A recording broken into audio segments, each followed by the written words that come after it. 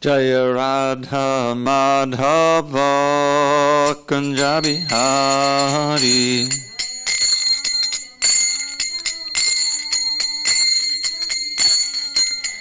Jaya Radha Madhava Kunja Bihari.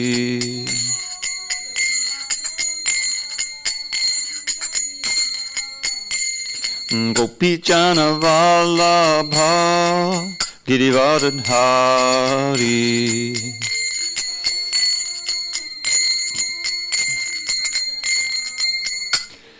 Gopi Jana Vallabha Girivardhari.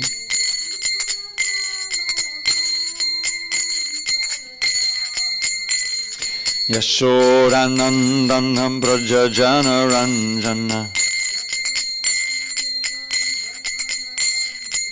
Yashodanandana Brajajana Ranjana.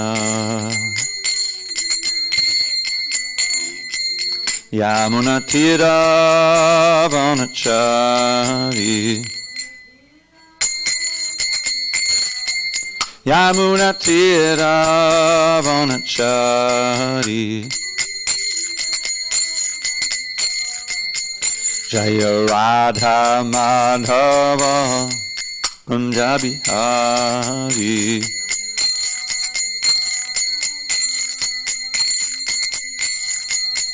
Jaya Radha Madhava Kunja Bihari.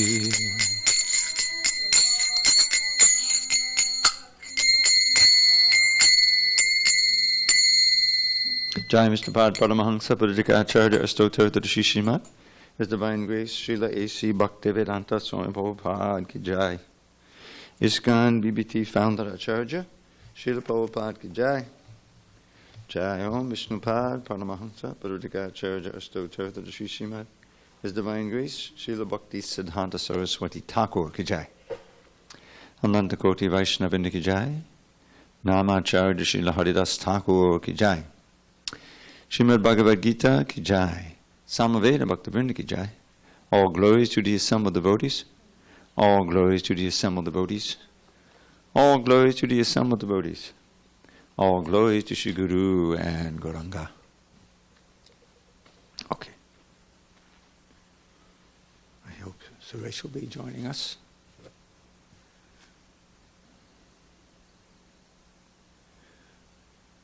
Om Namo Bhagavate Vasudevaya. Om Namo Bhagavate Vasudevaya. Om Namo Bhagavate Vasudevaya.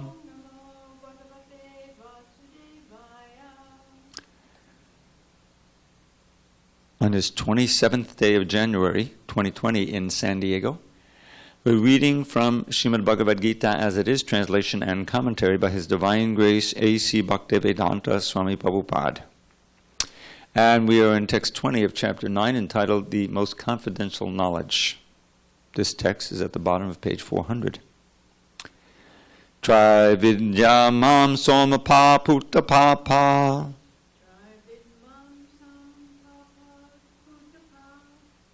Yagya ishtva swargatim pratayanti. Te punyamasajya surendra lokam.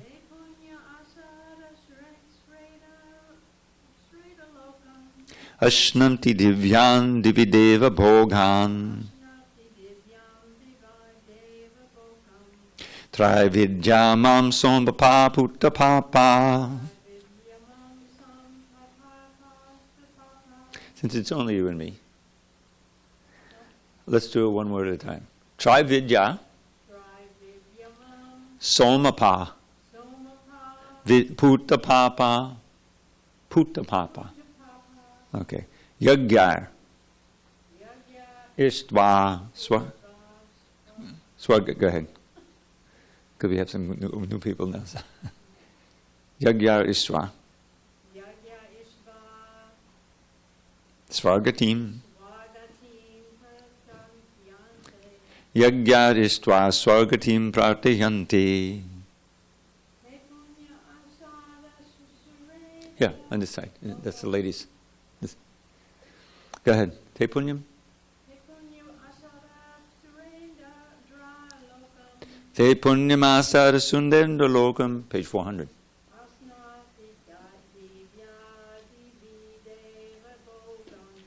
Ashnanti divyan divideva bhogan.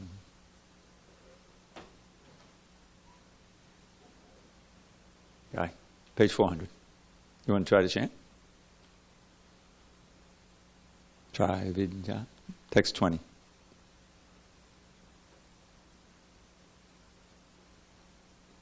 There we go. We're on page 400. 400. All right, I will do the synonyms. You can just read along silently. Trividya, the knowers of the three Vedas, is bottom of page 400. Mam, me, somapa, drinkers of soma juice.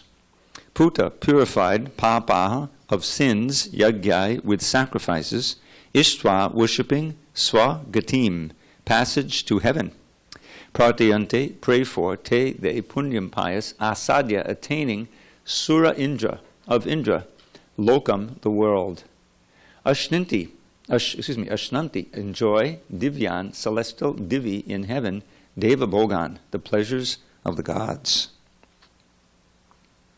Krishna says to Arjuna, those who study the Vedas and drink the soma juice, seeking the heavenly planets, worship me indirectly. Purified of sinful reactions, they take birth in the pious heavenly planet of Indra, where they enjoy godly delights. Purport. The word Trividya refers to the three Vedas, Sama, Yajur, and Rig. A Brahmin who has studied these three Vedas is called a Trivedi. Anyone who is very much attached to knowledge derived from these three Vedas is respected in society. Unfortunately, there are many great scholars of the Vedas who do not know the ultimate purport of studying them. Therefore, Krishna herein declares himself to be the ultimate goal for the Trivedis. Actual Trivedis take shelter under the lotus feet of Krishna and engage in pure devotional service to satisfy the Lord. Devotional service begins with the chanting of the Harekrishna mantra and side by side trying to understand Krishna in truth.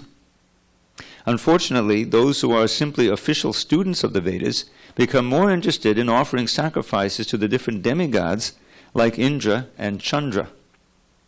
By such endeavor, the worshippers of different demigods are certainly purified of the contamination of the lower qualities of nature and are thereby elevated to the higher planetary systems or heavenly planets known as Maharloka, Janaloka, Topoloka, etc.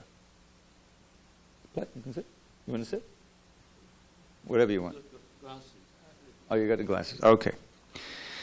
Once situated on those higher planetary systems, one can satisfy his senses hundreds of thousands of times better than on this planet. Om Jnana Timirandasya Jnanandana Shalakya. Chakshu Unmidatam Mena Tasmai Shri Gurave Namaha. I was born in the darkness of ignorance, but my spiritual master Srila Prabhupada opened my eyes with the torchlight of knowledge. I offer my humble obeisance unto him and all members of Sri Parampara. So Krishna is, in these two verses, Krishna will be describing the futility of worshipping the gods other than him. This is one of several places in the Bhagavad Gita where he makes that point. In the 7th chapter, he said the same thing. He says, Kamais taishtar rita jnana papadnyante anya devata tam niyamamastaya prakrtyani taksvaya. That those whose knowledge is stolen away by material desires, kamais taishtar means different kinds, varieties of material desires, steal away one's sattvic knowledge by which one can understand the absolute truth. And according to one's nature, one will worship different gods or anything. When you look into the now, I have a question for you. Did I say Om Jnana Timirandasya? I don't think I said that this time. I did. Om Jnana Timirandasya Jnanandana Shalakya. No harm in saying it again. I think they were, because I usually say that at the end of the purport, but there's no harm in saying it again. Om jnanatimirandasya jnanandjana shalakaya chakshu unmilitam mena tasmai shri gurave namaha. I was born in the darkness of ignorance, but my spiritual master Srila Prabhupada opened my eyes with the torchlight of knowledge. I offer my humble obeisance to him and all members of Sri Parampara, the disciplic succession. No harm in saying it again. Just to be on the safe side. So, back to our point here is that Krishna in the 7th chapter, the whole idea is that he's trying to prove and to show and inspire us with the impetus to worship him and get out of this material world entirely. Because the material world is not our home. It's like a big reformatory. It's really like a prison, but the purpose of it is to reform us and bring us back to Godhead. It's not just to punish. The idea is that we'll learn, we'll take lessons from life in this world, and then want to return to that spiritual world where there's no anxiety, no birth, no death, like that, just bliss. So, but we're so attached in various ways and entangled in this world that it's not so obvious that we should want to leave. So one of the ways in the Vedic culture, centered in India, very ancient, there were various disciplines of worship and sacrifice within the Vedic paradigm, meaning that it's not just anything you want to do. There are actually gods. There's a whole government, huge government that we don't understand how things are working. But everything that we experience in this world is being guided by a superior intelligence. The head intelligence is the supreme God's intelligence. But he has so many deputies, so many, just like a huge bureaucracy, like Washington. There's so many departments. There's thousands and thousands of employees with different functions to make a very complex government run smoothly. It's supposed to be, ideally. So, in God's government, just like anybody who's the most powerful person, he doesn't want to work at all, right? In other words, he tries to delegate everything so he can spend most of his time on the golf links or whatever, right? But he's in charge of everything. He's appointed people to do it. So Krishna's like that. I mean, what would we do if we were God? Would we just lord it over everybody? That wouldn't really be fun after a while, right? If you just have people cowering in fear all the time. No, you want to have loving relationships. That's where the real nectar is in life, is in exchanging loving relationships. Now, tragically, in the material world, these relationships can't last. They're not eternal. But still, that gives us whatever pleasure there is. So that's because in the original world, that's what's going on. If you really learn about Krishna in the ultimate, what he's doing where he lives, it's all play. It's all play. And the play is a way of interacting in various ways with those who are devoted to him, those who love him, his friends, his parents, his lovers, and the cows, and all the play. Everything is completely conscious, fully conscious there. And everything is engaging in this loving relation with Krishna. So what are we doing? We somehow left that world. We wanted to be God instead of serve God, simply put. We wanted to be the center of attention, and we wanted to be the masters and controllers and enjoyers. So that can't happen up there. That ruins the mood, So we have our place here. This is the material world. It's all been created by a very complicated arrangement. So we can enact the charade of being little gods and then be punished because it's unnatural. We're spirit, so we need a material world that we can control to some degree, but we're not really controllers, and so we suffer birth, old age, disease, and death, and other miseries. So now, none of it means anything until we get some instruction, some knowledge to tell us why are we suffering, who are we really, where is there a source of life beyond all suffering, and back to our original home. And that's what Srila Prabhupada came to give. He didn't make anything up. He's transmitting the ancient knowledge originally given by Krishna in Bhagavad Gita, and by Krishna and his expansions like Vyasadeva and Bhagavad Purana and other literatures. So in this chapter, this is called the most confidential knowledge.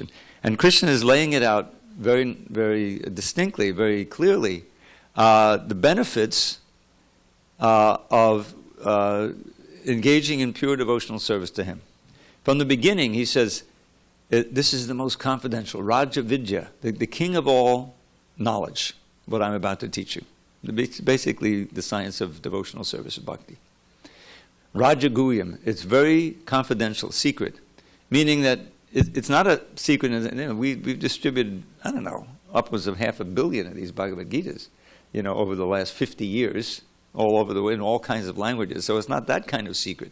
But it's a secret because to understand it, one has to approach it in the right attitude, and that's rare. One has to be receptive to challenge one's basic beliefs about who you are and what this world is, and to understand these esoteric truths. So it's confidential. Raja Vidya Pavitram idam uttamam, very purifying knowledge. Purifying of what? Purifying of our material contamination that takes the form of material desires, kama, krodha, lobha, anger, greed, all of these things that dwell in the heart are like barriers that prevent us from understanding or approaching this knowledge. So this purification needs to take place. Now the greatest purification, agent of purification, is the chanting of the holy name. It's because Krishna himself is purifying. What does Arjuna say in the next chapter? There's 4 verses that are the essence of Bhagavad Gita. If you don't have time to read the whole thing. 10th chapter, text 8, 9, 10, 11. Now after that, in which Krishna declares, everything's emanating from me, those who are wise, they worship me with all their heart, they think of me, they dedicate life to me, they join with other devotees and glorify me in this way, enjoy transcendental pleasure. And on my side, for those who are worshiping in this way, I give them the knowledge from within their heart by which they can come to me. I give them the intelligence. They're very wonderful verses. So after that declaration, Arjuna responds, he's the main student here, Param Brahma, Param Dhamma, Pavitram, Paramam Bhavan, Purusham Shashvatam Divyam Adidevam Ajam Vibhum. This is a nice little definition of the Supreme Lord. Param Brahma, the Supreme Brahman, the Supreme Spirit. We're also Brahman. The first thing you learn, at least it used to be anyway, when you join the Harekrishnas, is Aham Brahmasmi. This is a Vedic phrase from the Upanishads. It means I am pure spirit. I'm not matter. It means I'm not this temporary body. This is a temporary vehicle we're occupying for a small amount of time, a few years, and then we'll take another form. Even in this one lifetime, we transmigrate. This is Krishna. He's explaining in chapter 2 that we can all remember when we were little kids, right? 7, 8, 9, 10. We had a different body. Who didn't have a different body? Right? Even you, Suresh.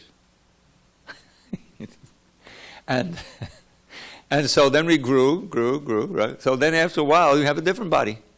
Not only that, but the mind changes. You have so many different ideas, emotions. So all this stuff, this change is going on. We're actually transmigrating. It's happening so smoothly that no one, if your aunt hasn't seen you in 5 years and, you come back, whoa, Jimmy, you really grew. You shot up, Sometimes you can see these kids, they come on Sunday, like Janak, the Pritu and the girl, he has a son and a daughter. And, from week to week, something like, hey, you're getting taller really. There's like a spurt, right? So Krishna says you're passing through bodies. Yeah, I mean, all the changes you can see. So, okay, the body is changing, but it's the same person. And that same person will remain even when the body finally breaks down. It's just a machine. We don't die. Nobody dies. I like to have this. I make this little couplet. You heard this one? Everybody dies. Means every body dies. Everybody dies. Nobody dies. Wake up, and open your eyes. You're not that body of pure spirit soul. Chant the holy name and attain life's goal. We might make a T-shirt out of it. Balaram made a T-shirt out of one of my other ones. Yeah, he actually took his sweatshirt off and showed the T-shirt. Said, don't sin, you can't win. Don't sin, you can't win. Love God, not the bod. Chant Hare Krishna. So, I mean, these little things they do. So, Krishna, I mean, when you think about it, the Bhagavad Gita is full of those. You know, these little verses, they're very concentrated knowledge, you know. So, Krishna is teaching us, you're not the body, then what am I? I'm pure spirit. We don't really ever see us. Nobody sees us. We see our external body. Just like, you know, if someone has a costume on, you know, you can't really see who they are. Who is that on Halloween? I remember we used to, you know, dress up as kids, right? I wonder, who is that? You know. So this is the same thing. We're all wearing these costumes. Krishna says, Vasangsi jirnani yata vihaya navani gunnati naroparani tatashari nani vihaya jirnani sangyani navani dehi. He says, just as we eventually, you know, discard old clothes that are worn out and full of holes and a little dirty and ragged, you know, and put on new ones, new set. Similarly, we give up these old and useless bodies and put on new ones, you know. So the whole point is, why lament? Why put all your attention on trying to make the body comfortable and titillating the senses when eventually you have to give it up? And way before you give it up, it becomes you get old and sick and it becomes just a burden, you know. So is this all there is to life? You know, many people think, this is it. We only have one life. And there's all of this stuff going on, so we better enjoy as much as possible. When I was a kid, they used to have, you know, I used to watch TV all the time, and they had all these little mottos, you know. I remember I started watching football games, and of course there would be beer commercials in, you know. I don't know if they still have it. So which was it? Budweiser. So grab all the gusto. You only go around once in life, so grab all the gusto you can get, you know, buy the beer. In other words, don't waste time. You only go around once in life, right? So Bhagavad says, no, you go around many times in life. And whatever you do in this life, you have to pay for. If it's sinful, if it's against the laws of God and nature, then you'll suffer in this life and the next. You know, so this is what's going on. So what's it all about? What's the meaning then? What should we strive for? What should we aspire for? That's what the whole point is. So Krishna says at the beginning of this chapter, Rajavidya Raja Guyam Pavitramidam Uttamam. This knowledge is the most purifying because Krishna is the most purifying. That's what I was going to say. Pavitram Paramam. Oh, Krishna, says Arjuna, you are the most purifying. Purifying of all these lower modes and all these impurities that prevent us from seeing ourselves and from seeing God. So, Pratyakshavagaman dharmyam. It is a dharma, it's a practice from which you will experience directly the benefits. Actually, very quickly. Pratyaksha means you'll directly experience. You don't have to wait till after death and see if you get liberated. You know, you can experience in your first kirtan something's going on there, right? There's a spiritual energy, and it just gets deeper. So this Pratyakshavagam susukam kartam abhiyam. It's very happily and easily performed. You know, the basic practice is chanting Hare Krishna, playing musical instruments, dancing, and when you get a little tired, take prasad. That's the discipline. You don't have to go to Himalayas. You know, you don't have to live alone for the 40 years, you know. Yeah.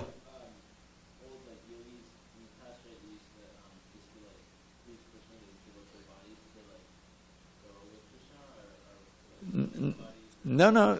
You don't give up your body. You know, it'll be taken from you in time. Whatever facility you have, you know, you may be 10 years old, you may be 50 years old. You try to engage that in Krishna service. You connect to Krishna, beginning with hearing, beginning with the ear. You know, and when you hear, repeat it and chant. It's the simplest thing. So using that basic process, one purifies the consciousness, the heart, you know, and you connect to Krishna. So it's not artificial. This is why, you know, it's spread all over the world. In the middle of the cities, and everywhere, you know, China, Africa, everywhere. Because any human being who actually takes part in the process will feel the effect. And it's not just a question, there has to be some faith, because it's all very esoteric, you can't see it directly. But you can see the results.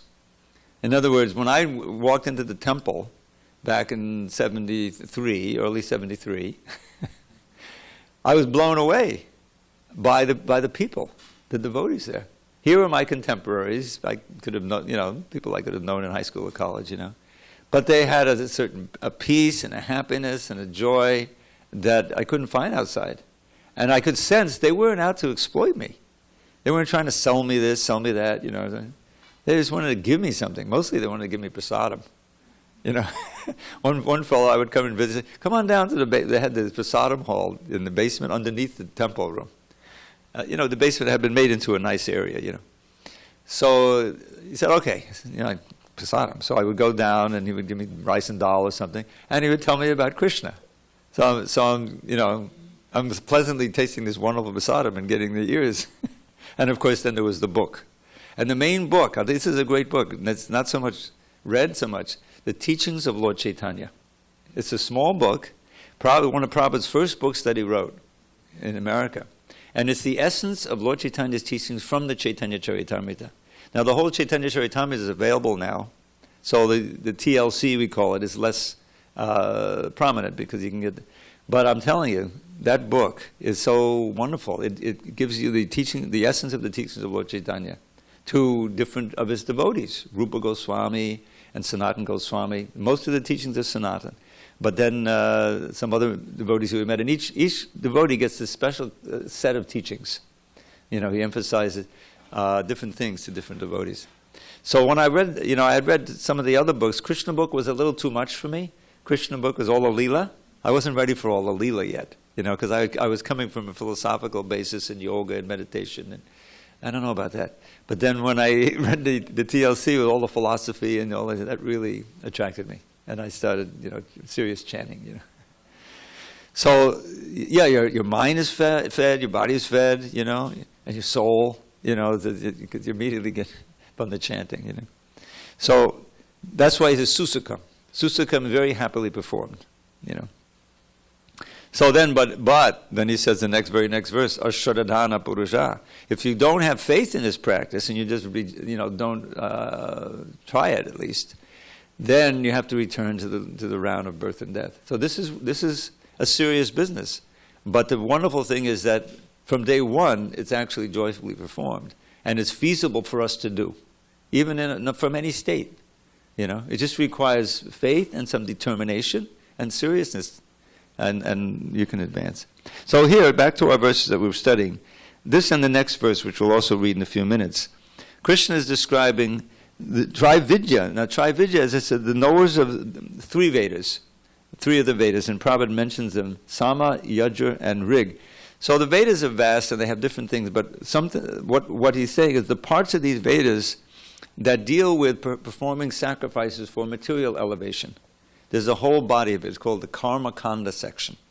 Kanda simply means a portion of the Vedas. And why did Vedavyas write these? Because he knows that most people are absorbed in material things. So if you give them a way to practice that, and at the same time they're going to be glorifying Krishna to some degree, because all these mantras, they begin with Om. Om is there, which is a transcendental vibration, and Vishnu is also being worshipped along with the demigods. So there's some bhakti there. But in the beginning of Bhagavatam, in the 5th chapter of the 1st canto, Narada Muni comes. He's the spiritual master of Vyasadeva. And Vyasadeva is dissatisfied. He's just written all these Vedas that were mentioned here. He's written the Mahabharata, which contains the Bhagavad Gita, which we're reading, which is a vast literature, 100,000 verses, and has all kinds of stories and everything. And the main storyline is Krishna and the Pandavas and the Battle of Kurukshetra. So he wrote all that, a lot of writing, plus the 17 other Puranas, and these are histories for different people in different modes of nature. He'd written the Vedanta Sutra. Sutras are little aphorisms. And in the Vedanta Sutra, these are aphorisms that embody or contain the essence of the Vedic philosophy. So it's like the whole thing boiled down to one book. So after all this writing, a lot of writing, he's still not satisfied. And he can't figure out exactly why. So Narada Muni comes and he advises him. And the result of his advice is that he writes the Bhagavad Purana, which is the crowning glory of all the Vedic literatures. So what was he amiss in doing? He hadn't written one work that wholly and solely deals with the most important practice and the most important truth, which is that our real happiness will lie in reconnecting with Krishna, the Supreme Personality of Godhead, and being reinstated in our natural position as eternal servants. Lord Chaitanya, who's Krishna himself, gave the same teachings in a much even more concise form. When Sanatana Goswami, one of his main disciples, he and Rupa Goswami were his two main followers, and they were joined by other of the 6 Goswamis. So he came and he was taught by Lord Chaitanya in 2 months, which was a long period, the longest continuous period of instruction that Lord Chaitanya gave. And so Sanatana Goswami comes, and he's representing us, the sincere seeker. And so he tells us what kind of questions we should ask. So the first question is, who am I and why am I suffering? Who am I really, you know? And you have to understand, Sanatana Goswami is tremendously learned. He had a great position of responsibility in the government. It was the Muslim government, but he was the right-hand man. He was a minister, very learned in different languages, Sanskrit, Arabic, because they ruled, this Muslim rule at that time. Very brilliant. And then he left all of that because when he met Lord Chaitanya, he saw that, oh, he's entangled in this, and he just gave it all up. And then he went in great effort. There's a wonderful story how he bribed his way out of jail, and he went all the way to met Lord Chaitanya at what is present-day Benares. You know, that's a big holy city, mostly impersonalism. And then he was instructed. So he takes this very humble position, and he says, people say I'm very learned and everything, but what's the use of my learning if I don't even know who I am and why am I suffering? So Lord Chaitanya gives this answer, and this is an answer we should know. So he says, who am I? He says, Jivera Swarup Hoy Krishnera Nityadas. This is the answer. This is of Krishna. Lord Chaitanya is Krishna. He says the Swarup of the Jiva. Swarup means the actual identity that never changes. No matter what outer form we have. Now we're human beings, but we should know we've come through all these different species. We've had different bodies and different coverings, much less consciousness. Human life is so rare because we have this consciousness, you know. I mean, even among the human beings, out of the, 3 million people in the greater SanDiego area, I don't know how many it is. So there's how many? 5 of us here, and another maybe 4 of us out there in internet land, you know. And very rare. We're rare souls. We should take advantage of it. So, Jiva, the Sarup is the actual form that we are, that we've lost. We've lost touch with it, but it never changes. What is that Sarup? Who am I really? Krishnera, Nityadas. An eternal servant of Krishna. That's our nature. Now, even now, we're serving Krishna, but we're serving him indirectly. We're serving him through his energy. You see? Just like someone's in prison. Because you violated the law. You didn't respect the government. So now you're forced to respect the government. Right? Now they'll lock you up. Get up, eat here, go back and work for 10 cents a day. Right? So you still, you have to respect it. So you still have to serve the government. So similarly, we want to serve Krishna, but in a loving relationship, not in this coerced, not in this prison house. So he goes on. The second line of the verse is very important too. Now he explains all these. That's why I recommend in the TLC. It's all in there. So then he says, Krishnera tatasta shakti beda bed prakash. So what Krishnera means of Krishna, tatasta shakti means marginal energy. So then we have to begin to understand, well, who is God? How does he work in this world? Through his energies. He has all these energies. We're most familiar with the material energies. This is what, again in chapter 7. The solid matter, the air or any gases, liquids, radiant energy, space, mind, intelligence, ego, these are finer and finer and finer manifestations of material energy. None of them are conscious. Just like our mind is not conscious, but we ourselves are conscious. And the mind is a way in which we interact with the outside world and with our senses. It's a subtle thing. So these are Krishna's energies, and through them he manifests and controls this whole world. So who are we? We are not part of the material energy. We are part of the spiritual energy. But because we have Krishna has a whole spiritual world that we can't perceive. And there, like Radharani is one of his energies, personified pleasure energy. Love for Krishna personified, prema personified. And she has all these expansions, all the other gopis and everything, you know. And so every entity there is fully conscious, and they take certain roles just to create a wonderful atmosphere for Krishna to enjoy. And their giving Krishna enjoyment is the source of their enjoyment. Just like a mother and a child, you know, the child is like 6 months old or less, you know. So the whole mother, the focus of the mother, the consciousness is how can I make the child, make sure he's comfortable and he's not sick, you know, he's fed nicely and comfortable, you know. Now he needs some shoes, I'll get some shoes, he's getting dressed. So if the kid smiles at the mother, my God, my day is made, my life is made. The kid is healthy, happy, and he likes me, that's it. There's nothing, you know, it's not like a contract you sign with the little baby. I'll feed you so much, and you'll give me so many smiles, you know. No, it's not like that. So that's the way it's supposed to be with Krishna. If Krishna will smile on us, and he's ready to smile.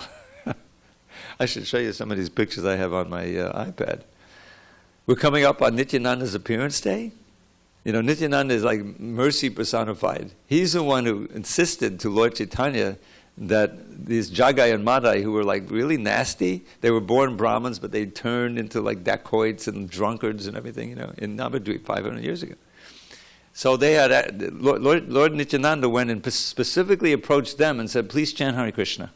And they became enraged. One of them threw a piece of a pot and gashed his head and it started bleeding.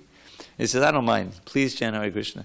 And so he was about to get him again, and the other one came to his senses, Jagai, and held his hand and said, no, he's a saintly person, stop, you know. Meanwhile, Lord Chaitanya had heard about the injury, and he came running, and he had manifested his disc, and he's about to annihilate him. And Nityananda says, no, you know, these are representatives of everybody in Kali Yuga. We're all Jagais and Madais. If you deliver them, then you'll be, you know, your mission will be complete. You know. So he did deliver them; they became completely purified and, you know, became great devotees.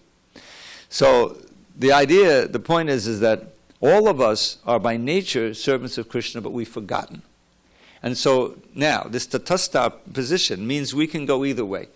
We're going to be controlled. We're going to be servants, although we try to think we're masters, but we're really servants either of the material energy or of the spiritual energy. This is our great choice as human beings. The animals don't have a choice. They have to serve the material energy. They don't know any better. But we can use our God-given intelligence to make a different choice and to begin to serve the internal energy of Krishna. What's the advantage? The advantage is that we make progress out of the entanglement of this world toward our actual nature. And along the way, even while we're in this world, in this body, we can experience the ecstasies of Krishna consciousness. We can feel, first of all, liberated in such a way. Liberation is practically experienced by a lessening of all of our attachments to the material things that we know philosophically are binding us here. You know, I remember when I used to smoke cigarettes. I mean, come on, you know, I grew up in the 50s and 60s. It was all over the screen, Humphrey Bogart, you know, everybody was smoking. So when I turned 15, I said, I got to learn to smoke. I remember I lit up, I was out in the park, I smoked, coughing. I got to do it, you know, I want to be a part of the... So thank God, I never became a heavy smoker. But you know, I was smoking maximum maybe a pack a day. Everyone was smoking Marlboros. In those days, 50 cents a pack, you know. I can't believe it, $7.99 a pack now or something, oh my God. Or more, you know. So it's madness. It's craziness, isn't it? But everyone did it. Did you ever smoke? A little bit, yeah. Is it? You did once. One night you smoked.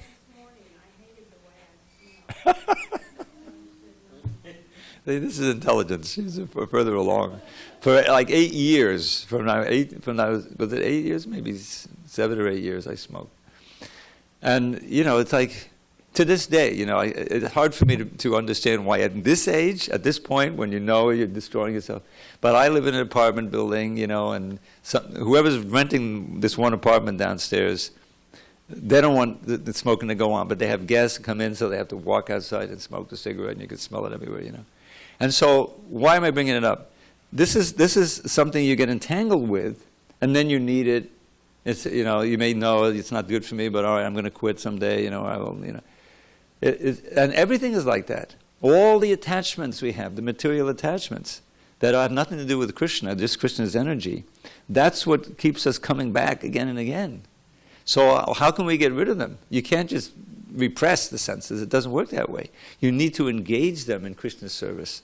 And that sense of liberation is so, wonderful. I mean, now it's been almost, 47 years I've been doing this. And so many things I'm so thankful I was free from. The whole drug thing, which was so destructive. I mean, heavy drugs, from LSD into methamphetamine and all this craziness, cocaine. And I just said, I was never even attracted. Just give me Hare Krishna, gives me a nice kirtan, Hare Krishna, Hare Krishna. We got to become addicted. So we become addicted to Krishna. There's no bad side effects. There's a great side effect. You don't come back. You can leave this world and go back to the spiritual world. But the addiction, that desire, that passion and that obsession, to be drinking Krishna's name and to hear about Krishna, glorify Krishna, that's wholesome. Otherwise, it's going to be directed to this world. And it just produces so much suffering. In the 5th chapter, Krishna has, I love this verse, I keep coming back to it. Yehi sangsparjaja bhoga dukkha yonaya evate adyantamanta konteya nateshu ramate buddha. Buddha, those who are intelligent, they understand that the enjoyment that comes from the senses contacting the sense objects is the source of suffering. It's directly said. Sangsparjaja bhoga literally means the touching, the rubbing of the senses to the sense objects. Haribol. Priscilla, is the source of your misery. Dukkha yoni, evate. And it has a beginning and an end. Right? Every said, adyantavanta konteya, nateshu ramate buddha. Those who are intelligent don't take their pleasure there. Where do they take their pleasure? In Krishna. This in these 4 verses I told you in the next chapter. He says the same thing, those who are intelligent. Aham sarvasya pabhavo mataksavam bhavartate. Krishna is speaking. I am the source of everything. Everything comes from me. The wise, again, he uses the same one, Buddha. Knowing this, they worship me with all their heart. How? Mat chitta, mat gata prana, bodhiyantak parasparam, katayantastamam nityam, tushyanti chadamanti cha. So, here's how. Mat chitta, first of all, they place their mind on me. The best way is chanting the holy name. But there's so many ways, seeing the deity, so many ways. Machita, madgata prana. They engage their life force in me, their energy. They do practical service for me. Bodhiyanta parasparam. They meet together and they glorify me. This is a kirtan, right? What is a kirtan? But we meet together. And this is also the same. Katayantashtamam nityam. They're always glorifying me, speaking about me amongst each other. And this way, tushyanti chadamanti. Tushyanti means great satisfaction. Aramanti literally means enjoyment, spiritual enjoyment. By glorifying Krishna. So this is wholesome. You see, this is the essence of this movement. Finding different ways we can glorify Krishna. We're coming up on Earth Day. That means Rath Yatra, local little Rath Yatra. In preparation for the big one in L.A. There's so many nice holidays. This Friday, Advaita Charya is his appearance day. We have a little half-day fast. We'll have a big kirtan at noon. Nice little special prasadam. Hear about Advaita Charya. Now, if you actually know something about him, you serve him, it's that much more nectarian to hear about him. These personalities are eternal. Advaita Charya is actually Vishnu Tattva. He's an incarnation of Mahavishnu, helping Lord Chaitanya in his movement. By his ardent calls and prayers, Lord Krishna appeared as Lord Chaitanya. There's so much to know about Advaita Charya. Then Nityananda appearance day, Trayodasi, coming up on the 7th of February, which is right around the corner. We'll have a nice festival here. I think it's Friday night. And it's always, maybe I'll share some of my Nityanandashtaka poem with you. I forget the poem. Sarat Chandra Brandim Spuda Damalakandim Gichakatim Hadi Premon Mattam Jatapatam Satvam Smitamokham Sada Gunan Netram Kadakalita Betram Kulibadam Bhaje Nityanandam Bhajanata Dukandan Niravadi. Now, I have to say I'm amiss. I haven't memorized the first part of this poem, but I'm going to do that. But the last line, which is the rephrase, is, "O friends entrapped in Kali's clutches, yearning to break free, just worship Nityananda Ram, the root of the bhakti tree." And you learn how Nityananda is actually Balaram, who's actually the original guru. He's the root of the tree. And it's describing as beautiful, Sarachandra Brandim, just like the complexion of the moon, and he's chanting Hare Krishna. This is Vrindavana's Thakur. Yeah. So, I mean, this is wholesome joy, you know. There's no downside to that. You know, you have a big kirtan, you get a little tired, a little hungry, take prasadam. Have another kirtan, a little slideshow about Lord Chaitanya. Everybody goes home happy. Nobody had one drink, they didn't smoke one cigarette. It's all wholesome. This is, you know, it's nourishing to the soul. I'm sorry, I'm getting a little carried away. All right, we can do this next verse. And then we'll do 22. 22 is a very nice verse too.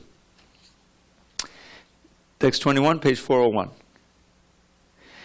Te tam bhuktva swargalokam vishalam. All right, let's try it one more time. You got it there, Parashakti? Page 401. Don't tell me you have that one book that doesn't have it. Oh, you have it? Okay, so this should. I didn't bring it back, I just didn't bury it. I should bury it. There's one book that a different pagination has the wrong chapter title. It's all my fault. I'm the one who produced this book. No, seriously. 921, page 401. Okay. All right, let's try it again. Te tam bhuktva swargalokam vishalam chine punye martyalokam vishanti evam trahi dharmam anupapanna gadagatam kama kama labante. Okay, so it's a short purport. When they who have gone to Indraloka have thus enjoyed vast heavenly sense pleasure, and the results of their pious activities are exhausted, they return to this mortal planet again. Thus, those who seek sense enjoyment by adhering to the principles of the three Vedas achieve only repeated birth and death. Purport. One who is promoted to the higher planetary systems enjoys a longer duration of life and better facilities for sense enjoyment. Yet one is not allowed to stay there forever. One is again sent back to this earth upon finishing the resultant fruits of pious activities. He who has not attained perfection of knowledge, as indicated in the Vedanta Sutra, Janmadyasya Yataha, or in other words, he who fails to understand Krishna, the cause of all causes, becomes baffled about achieving the ultimate goal of life, and is thus subjected to the routine of being promoted to the higher planets, and then again coming down, as if situated on a Ferris wheel, which sometimes goes up and sometimes comes down. The purport is that instead of being elevated to the spiritual world, from which there is no longer any possibility of coming down, one simply revolves in the cycle of birth and death on higher and lower planetary systems. One should better take to the spiritual world to enjoy an eternal life full of bliss and knowledge, and never return to this miserable material existence. Very concise. So it's in Bhagavad Gita, just as Arjuna is given a choice. At the end of all the Bhagavad Gita, Krishna says, have you heard? Arjuna, is your ignorance now dispelled? You know? And then he says, do what you want. In other words, Krishna said, you have to do this or else. You know, he's saying, it's up to you. It's all our choice. So Arjuna, you know, at the end he says, Karashe vachanang tava, I will do as you say. In other words, he's changed his tune. From the beginning he said, I won't do as you say. I'm not going to fight because of this reason. Then he surrenders to Krishna as his guru, and he says, please instruct me, tell me what my ultimate good is and how I can achieve it. I don't know, I'm confused. He's paralyzed, he dropped his bow, you know, he's trembling and crying. So Krishna then instructs him in the Bhagavad Gita. So this is one of the diversions that we can get. we can decide, well, I know that this earth is not such a great place, but I've heard how wonderful it is in Indraloka, so let me go up there. That'll be. But that's just a diversion. It's just another kind of maya. It's another other variety of illusion. We should hear about that place from which you never come back. We should hear about Goloka Vrindavan, and we should learn about how we can go there. And also, I'll end up with this one poem because time is running out.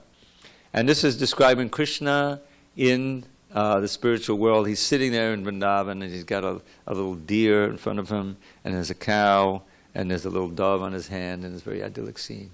It says, it's describing the sweetness of Sri Krishna's form beguiles. Still sweeter is his face like autumn moon. But sweeter than the sweetest is his smile, whose luscious beauty makes the gopis swoon. Govinda's beauty captivates the doves, the swans, the deer, the cows, and every tree. Indeed, in Braja, every creature loves Sri Krishna and is drowned in ecstasy. That all-enchanting land is paradise, our home where we may dwell eternally. Most welcome there are those who pay the price to learn to love Sri Krishna perfectly. And that's my little contribution. Okay, we have 1 minute. Don't go anywhere. So we'll end with another little mood. This is a verse. This one is based on a verse by Rishabdev. I've been listening to Srila Prabhupada's lecture every morning. I listen to it. So at one point, when the 5th canto came out, there's an incarnation called Rishabdev who gives some very important instructions to his sons. And this first verse of that instruction, Prabhupada gave everywhere he went in India. He gave about 10 lectures on this one verse. He'd give it again and again. It was so important. So this verse that I wrote is based on that. It says, don't waste this precious human life, dear friend, by working hard for hoggish happiness. Through bhakti yoga, worldly life transcend and learn to taste divine love's endless bliss. That's really our choice. So the human life is meant for a little austerity, purify our existence, so we can come to the platform of enjoying unending happiness, which is, we have full faith it's actually there. All glories to Srila Prabhupada. Hari Hari Bol.